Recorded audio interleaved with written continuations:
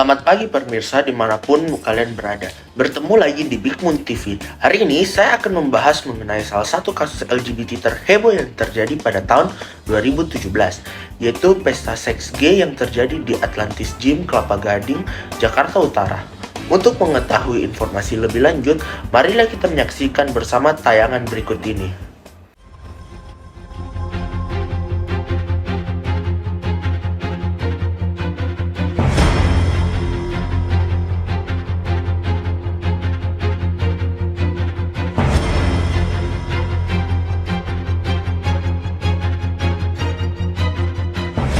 Baik, di sini saya sudah terhubung dengan Ibu Sari. Selamat pagi, Ibu Sari.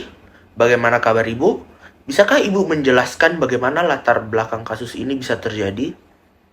Baik, jadi pada 21 Mei 2017, polisi menggerebek Ruko Atlantis Gym setelah menerima sejumlah laporan masyarakat mengenai keramaian di tempat tersebut setiap malam akhir pekan. Ternyata di dalamnya polisi mendapati berlangsungnya pesta seks gay besar-besaran yang dihadiri oleh 141 kaum homoseksual. Dalam pesta tersebut, mereka menonton video porno bersama, mengundang tarian telanjang laki-laki bertubuh kekar, dan melakukan hubungan seksual sesama jenis. Bagi kaum gay, hal tersebut sangat menarik. Oleh karena itu, mereka rela membayar biaya masuk pesta sebesar 185.000 dan bahkan lebih.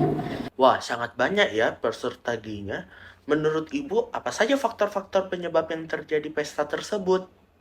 Menurut saya, faktor penyebab utama adalah kesamaan latar belakang sosial. Seperti yang kita ketahui di Indonesia, para kaum homoseksual adalah kaum minoritas, sehingga mereka kesulitan dalam mencari pasangannya.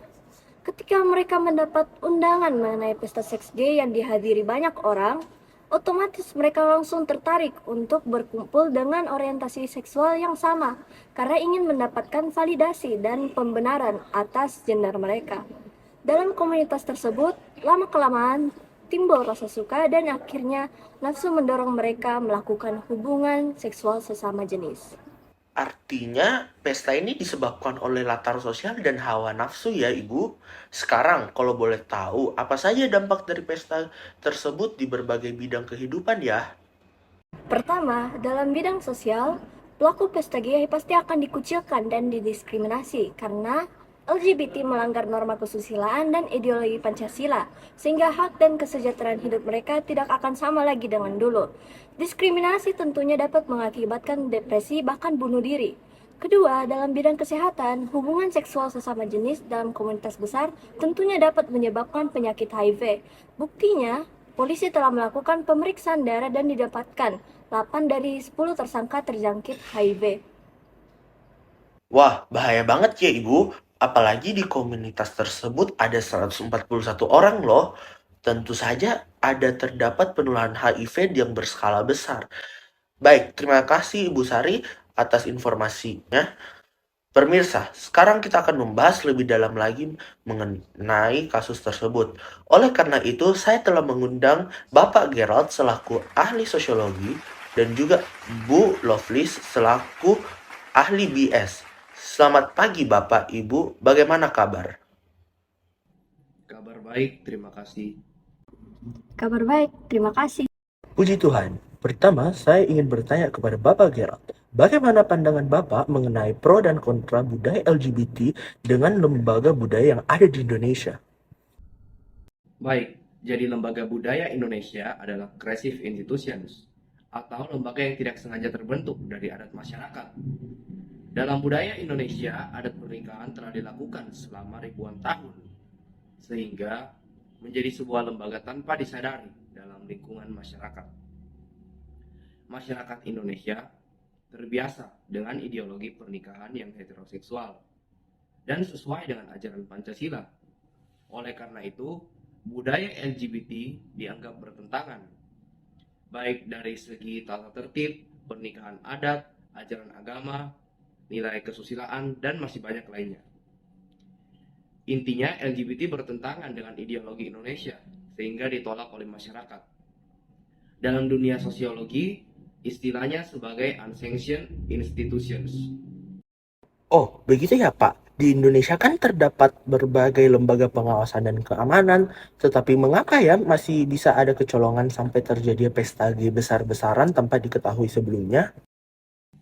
Jadi, Atlantis Gym menjalankan fungsi laten yang berbeda dengan fungsi gym secara umumnya, di mana fungsi gym secara umum kan sebagai tempat olahraga, tetapi Atlantis Gym menjalankan fungsi tersembunyi, yaitu menjadi sarang kaum gay berkedok tempat gym, sehingga memang sulit dideteksi oleh pihak pengawas keamanan. Oleh karena itu, sejak 2014 hingga tahun 2017 beroperasi dan mengadakan ratusan pesta gay, mereka tidak ketahuan.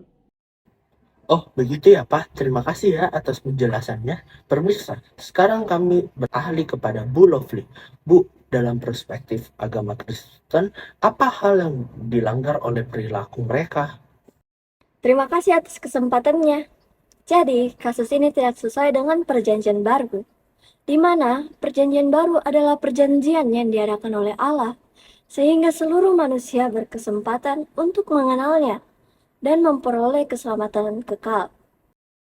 Oh, begitu ya Bu Lovely. Kalau boleh tahu dari sudut pandang pergaulannya bagaimana ya cara-cara orang yang tersesat dalam pergaulan tersebut dapat menerima penebusan dari Kristus?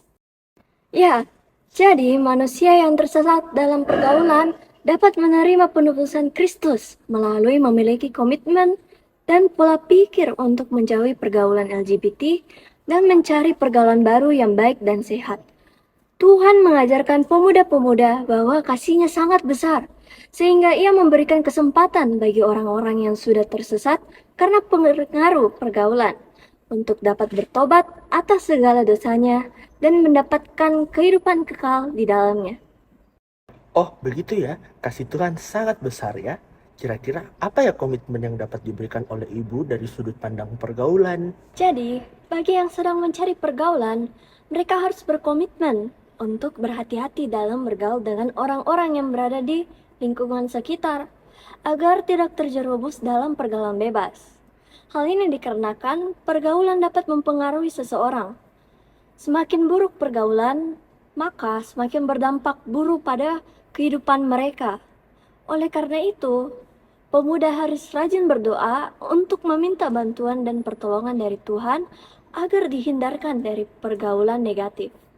Wah, ternyata begitu ya. Sekarang mari kita kembali dari Pak Gerald. Menurut Bapak Gerald, dari penjelasan Bu Lofi, apakah ada yang Anda bisa dapatkan? Kalau yang saya dengar tadi, Tuhan Yesus sangat baik bagi manusia. Bahkan ia menjanjikan keselamatan bagi manusia yang telah jatuh dalam dosa. Oleh karena itu, kita sebagai manusia berdosa harus bersyukur dan tidak menyia-nyiakan keselamatan tersebut dengan tetap hidup mengikuti dosa duniawi. Baik, kalau Pak Gerald dari sudut pandang dosanya, kira-kira bagaimana ya kaum LGBT ini bisa memperoleh penebusan dari Kristus? Para peserta LGBT tersebut harus datang pada Tuhan, mendengarkan firman dan menaati perintahnya. Kemudian mereka harus menyadari dosa dan memiliki komitmen untuk bertobat meninggalkan dosa duniawi. Ketika mereka meminta dengan sungguh-sungguh, Tuhan pasti akan mendengar doa permohonannya dan mengubah mereka menjadi manusia baru yang terlepas dari ikatan dosa. Luar biasa. Jadi, saya dapat menyimpulkan bahwa Tuhan itu sangat baik karena telah memberi kami anugerah dan keselamatan. Ia juga mengingatkan ke kita semua untuk menjauhi dosa dan hal duniawi. Dalam permasalahan di atas, dosa duniawi yang dimaksud adalah hawa nafsu. Oleh karena itu, kita manusia berdosa dan kaum LGBT di luar sana harus menghindari dosa nafsu kita dengan cara mendekati diri kita kepada Tuhan dan memiliki keinginan untuk melawan dosa kita tersebut. Mantap Pak Edmund, saya juga setuju. Terima kasih ya Bu Lovely. Makasih. Terakhir, untuk Bapak Gerald, apa langkah konkret yang dapat diberikan untuk para pemuda di sana agar terhindar dari budaya negatif ini? Untuk saya sederhana saja. Pemuda harus dapat bijak dalam mengadopsi budaya asing yang negatif dan tidak sesuai dengan ideologi Indonesia maupun ajaran Tuhan. Walaupun hal tersebut sulit dilakukan karena pada dasarnya manusia telah jatuh dalam dosa.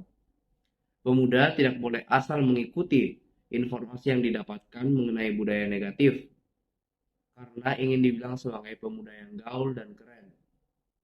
tetapi mereka harus memikirkan dengan matang dampak dari setiap keputusannya dan tindakan mereka pada masa depan. Baik, tidak terasa kita telah tiba di penghujung acara kami. Terima kasih sekali untuk para narasumber kami, Bapak Gerald dan Ibu Lovely, dan para pemirsa yang telah meluangkan waktunya untuk menonton acara kami. Sekian acara pagi hari ini. Jangan lupa menyaksikan Big Mood TV di hari Sabtu setiap jam 10 pagi. Sampai jumpa lagi.